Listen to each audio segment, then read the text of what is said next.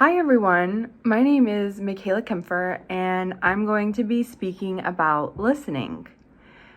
Surprisingly, it is a very underutilized skill and we tend to only listen or remember 50% of what we were just told.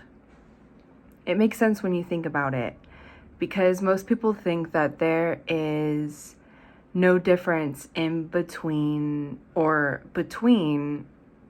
hearing someone and listening to someone.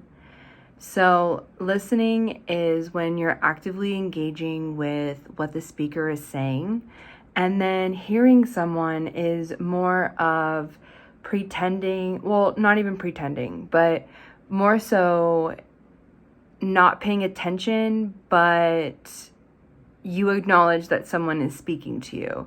You're just not specifically paying attention to what that person is saying. So there are 4 different types of learning styles: critical, analytical, rational, and task/time oriented. So critical thinkers tend to look for organized information. Rational people, or rationalisters, I should say, tend to connect with people on like an emotional level. Time and task-oriented listeners tend to gather all the info that is needed to be practical.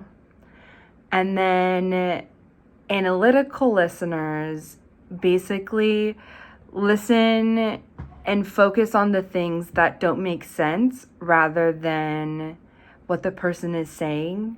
So someone could say something wrong and that person is thinking about how that information is wrong and not what that person has continued to say.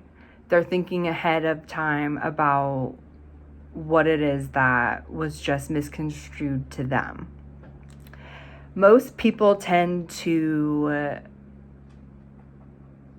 be one of the listening styles, but it's also possible to be a duo of the listening skills. You don't have to specifically identify as just one. So to improve your listening skills, in any situation that you may find yourself in, you can do a couple of things.